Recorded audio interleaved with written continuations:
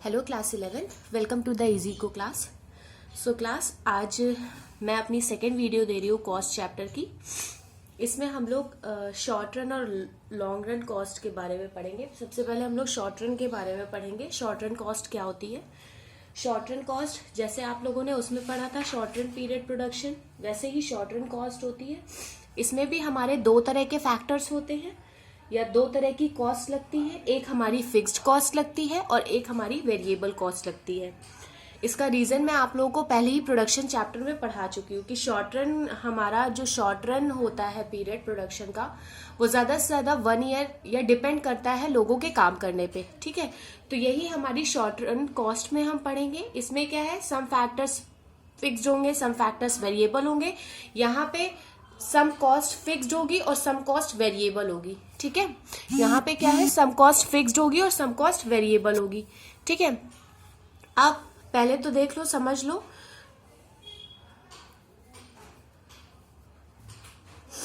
क्या बोला गया है, टोटल ऑफ फिक्स्ड कॉस्ट और variable cost is called total cost. मतलब हम टोटल कॉस्ट कैसे निकालेंगे, फिक्स्ड कॉस्ट और वेरिएबल कॉस्ट को प्लस करने के बाद ही हमारी टोटल कॉस्ट निकलती है। ठीक है, टोटल कॉस्ट क्या होती है, the sum of total variable cost और टोटल फिक्स्ड कॉस्ट। ठीक है, अब पहले तो हम पढ़ लेते हैं टोटल फिक्स्ड कॉस्ट क्या होती है। देख लो, टोटल समझ लीजिए टोटल फिक्स्ड कॉस्ट क्या होती है। So the payment which are made by the producers on the fixed factors are called total fixed cost। मतलब वो पेमेंट जो हम पे करते हैं किनको, फिक्स्ड फैक्टर्स को, जैसे payment on machinery, payment on building. ठीक है, तो वो हमारी कौन सी कॉस्ट होती है, टोटल फिक्स्ड कॉस्ट। जो हम फिक्स्ड फैक्टर्स को पेमेंट करते हैं, फिक्स्ड फैक्टर्स के लिए, जैसे मशीनरी, बिल्डिंग, लैंड, इन सब चीजों के लिए पेमेंट करें तो ये हमारी कौन सी कॉस्ट है, ये हमारी टोटल फिक्स्ड कॉस्ट है। ठीक है, और ये कॉस्ट हमारी शुरुआत से ही लगने लगती। अब जैसे मुझे कोई प्रोडक्शन करना है तो ऑब्वियसली मैं पहले से ही मशीनरी और बिल्डिंग वगैरह लेके रखूंगी ना।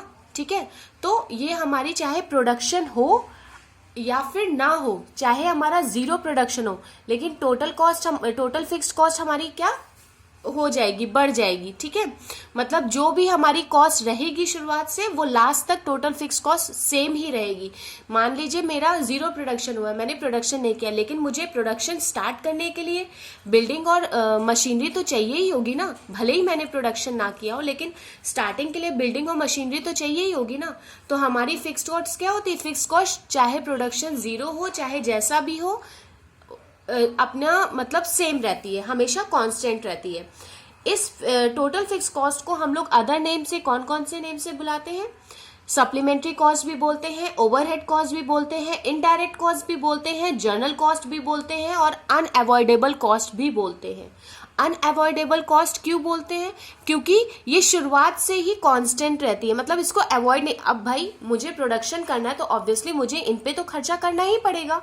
ठीक है, मैंने अगर कुछ सोचा है प्रोडक्शन करने के लिए तो मुझे टोटल फिक्स कॉस्ट पे तो खर्चा करना ही पड़ेगा। तो ये अनअवॉइडेबल है। ये सबसे पहले शुरुआत किससे होगी मेरे प्रोडक्शन की, टोटल फिक्स कॉस्ट से। जब तक मैं इसमें खर्चा नहीं करूंगी मैं प्रोडक्शन कैसे करूंगी।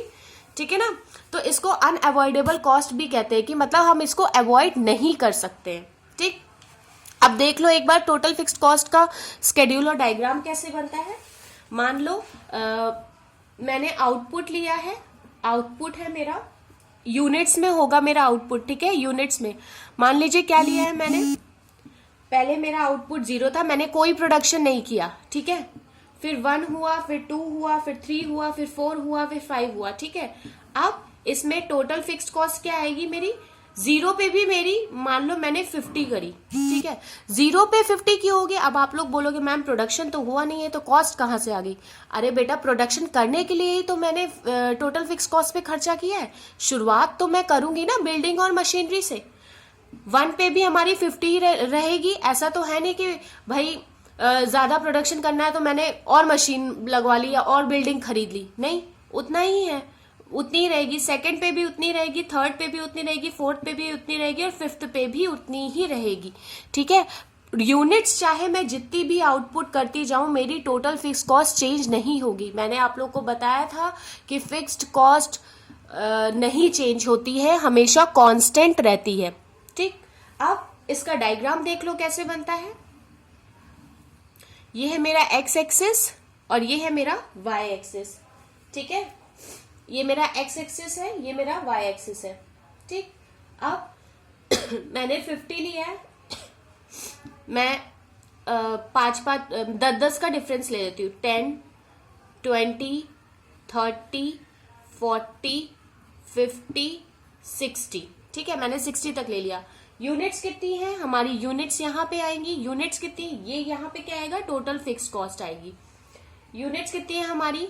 1, 2, 3, 4, 5, ठीक है। 5 यूनिट्स तक है। अब मेरी 0 पे कितनी? 50, 1 पे भी कितनी? 50, 2 पे भी कितनी? तो ये हमारी टोटल फिक्स कॉस्ट का डायग्राम कैसे बनेगा? ऐसे बनेगा, ठीक है। टोटल फिक्स कॉस्ट का डायग्राम हमेशा कांस्टेंट बनेगा, चाहे जितनी भी आउटपुट बढ़ता जाए, जितना भी यूनिट्स हम बढ़ाते जाएं, लेकिन हमारी टोटल फिक्स क्या रहेगी? Always constant. क्या रहेगी? ऑलवेज कांस्टेंट, ठीक है। और ये क्या, इसको क्या बोलते हैं? Horizontal to x axis. क्या बोलते हैं? हॉरिजॉन्टल टू एक्स एक्सिस, ठीक। I hope total fix cost आप लोगों को समझ में आ गई होगी। अब आ जाते हैं टोटल वेरिएबल कॉस्ट में। अब ये टोटल वेरिएबल कॉस्ट क्या होती है समझ लीजिए।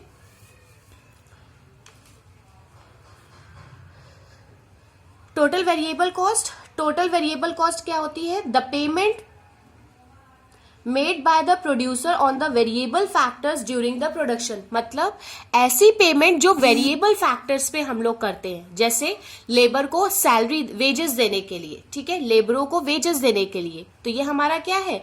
टोटल वेरिएबल कॉस्ट है। मैंने रॉ मटेरियल खरीदा, उसके लिए मैंने पैसे दिए, वो क्या है? टोटल वेरिएबल कॉस्ट है, ठीक है।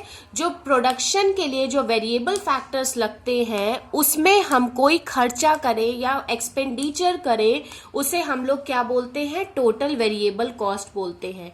क्या बोलते हैं? Total variable cost. अब एग्जाम्पल समझ लेते हैं।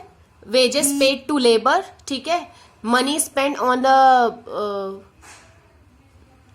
परचेजिंग ऑफ रॉ मटेरियल, ठीक है। तो ये सारे क्या है? हमारे टोटल वेरिएबल कॉस्ट है। देख लीजिए एग्जाम्पल क्या दिया है? Money spend on raw material, money spend on labour और मनी स्पेंड ऑन फ्यूल। तो ये सब क्या है? हमारी टोटल वेरिएबल कॉस्ट है। क्या है? Total variable cost. अब टोटल वेरिएबल कॉस्ट का अगर हमें डायग्राम बनाना हो तो डायग्राम समझ लेते हैं। मान लीजिए 0 यूनिट्स मैंने प्रोडक्शन किया। अब देखो बेटा, टोटल वेरिएबल कॉस्ट एक ऐसी कॉस्ट है, जब हम प्रोडक्शन स्टार्ट कर देते हैं तो हम इस पे खर्चा करते हैं। मींस हमने प्रोडक्शन स्टार्ट कर दिया, मैंने सोचा कि मुझे एक टॉय बनाना है, तो हमने फिर उस पे खर्चा करना चालू किया। तो ये क्या होता है? आउटपुट मान लो 0, 1, 2, 3, 4, 5, मैं 5 यूनिट्स तक बनाती हूँ। ये हमारी क्या है? आउटपुट है, ठीक है। टोटल वेरिएबल कॉस्ट देख लेते हैं। टोटल वेरिएबल कॉस्ट मान 0 पे हमारी 0 ही रहेगी। जब कोई प्रोडक्शन नहीं हो रहा है तो मुझे वेरिएबल कॉस्ट पे खर्च करने पे क्या जरूरी है, ठीक है। कोई जब प्रोडक्शन ही नहीं हो रहा है तो मुझे जरूरत ही नहीं है वेरिएबल कॉस्ट पे खर्च करने की। मैंने सामान ही नहीं लिया है प्रोडक्शन करने के लिए, सामान ही नहीं लिया है, तो मैं क्यों अपनी वेरिएबल कॉस्ट चेंज करूंगी, ठीक है। उसके बाद मान लो 1 यूनिट पे 5 बनी, 2 यूनिट पे 11 हो गई, 3 यूनिट पे 14 हो गई, 4 यूनिट पे 30 हो गई, 5 यूनिट पे हमारी मान लो 40 पहुंच गई, ठीक है। ये हमारी टोटल वेरिएबल कॉस्ट। ये देखो ये चेंज होती जा रही है। ऑब्वियसली वेरिएबल कॉस्ट चेंज होगी, जैसे जैसे हमारा आउटपुट बढ़ता जाएगा वैसे वैसे हमारी वेरिएबल कॉस्ट चेंज होती जाएगी। हम अपना प्रोडक्शन करने के लिए ज्यादा लेबर्स लगाएंगे तो हमें उन्हें ज्यादा वेजेस पे करने पड़ेंगे। प्रोडक्शन करने के लिए हम ज्यादा रॉ मटेरियल खरीदेंगे तो हमें ज्यादा पे करना पड़ेगा। तो ये क्या है? हमारी टोटल वेरिएबल कॉस्ट। इसका एक बार डायग्राम समझ लीजिए क्या है। ये हमारा है एक्स एक्सिस, ये हमारा है वाई एक्सिस।